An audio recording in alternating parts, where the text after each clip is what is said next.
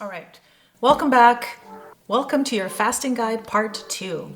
In this video, I'm going to take you through a fasting mimicking diet DIY style. I'm going to include a menu for every single day of the 5 days with the total calorie count, the measurements for every single ingredient in grams, and show you exactly how I measure out one meal.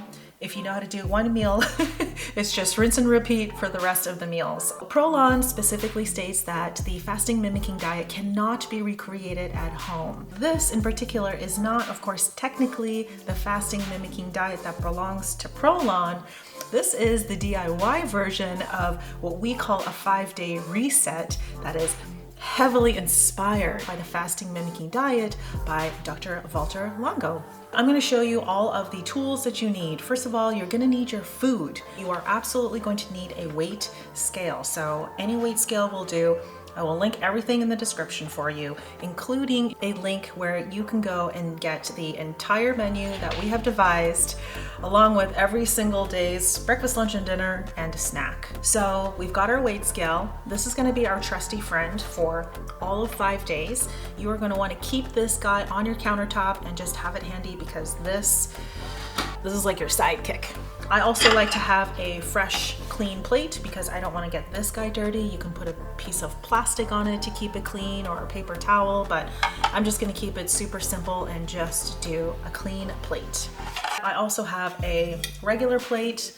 I like to do my best to serve myself nicely and to treat myself in a queen-like manner. So this is as enjoyable as possible. In terms of other equipment besides food, this is absolutely not necessary, but as we go into a fasting state over the first and second days, because Longo says it takes about 24 to 48 hours, what we're going to do is instead of our bodies burning glucose for energy, we are going to be burning fat for energy or ketones. Okay, so this is a keto rater meter something or other. Again, I will link it in the description. So you have all these little contraptions. This is the thing that measures it. You prick yourself with this guy. So you've got to have clean needles. You've got to have these test strips. I have an entire box of test strips, and this one has a number of glucose ones as well as keto ones. So there are all these test strips that you will input into this little machine.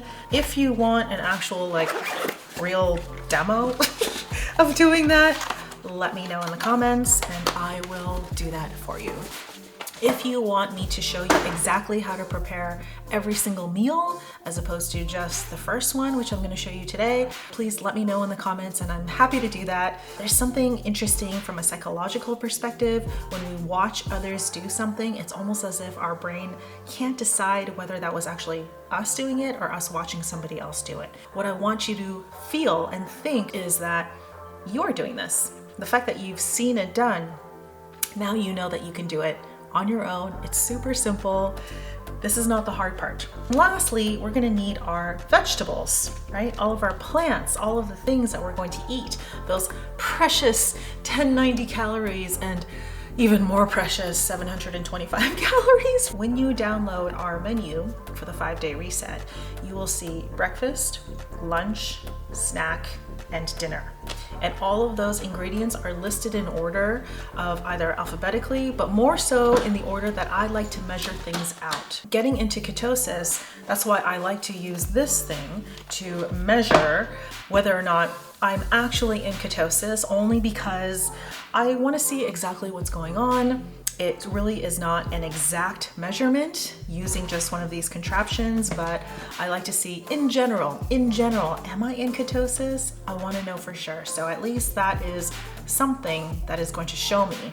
According to Google, blood ketone levels of about 0.5 to 3 milligrams per deciliter is a good indication that, oh yeah, we got ketones in our bloodstream and we are now burning fat for energy, specifically a breakdown of excess fat stores. So the reason why many of you are probably going to do this is because you want to drop some weight, you want to slim down.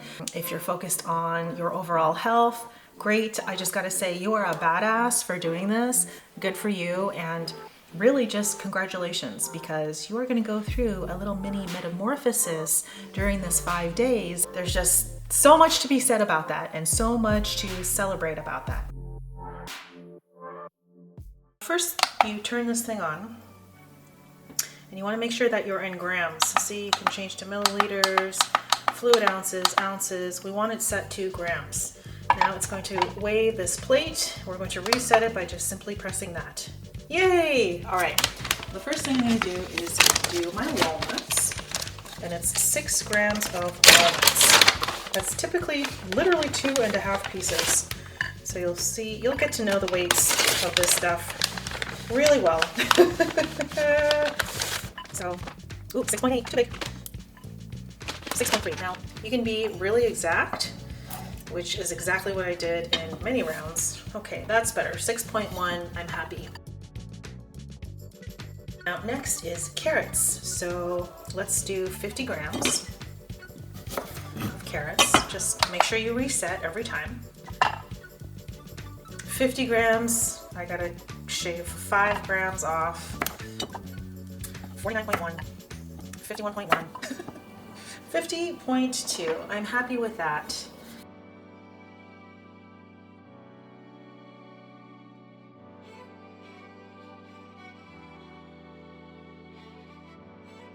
So cucumber is 80 grams. That's 112. Let's shave off this much, see what that gives us. Still a bit too much. Still too much. Oh, shaved off too much. Pretty close. All right, 80.5. If you want to get real exact, you can absolutely go ahead and do that. That's close enough for me. So I'm just gonna cut this in chunks, because the more I feel like I have to eat, the more abundant it seems. So I'm gonna go with that. All right, and lastly, we do our avocado. Avocado, I've washed the outside. Now, typically 80 grams is about half of an avocado, I find, but oof, look how gorgeous that is. So this one is nice and ripe. I'm just going to make sure that the underside is nice and fresh. And let's measure this guy. Oh, that's a fresh one. So 104 grams. We only want 80, so let's start taking a bit off at a time.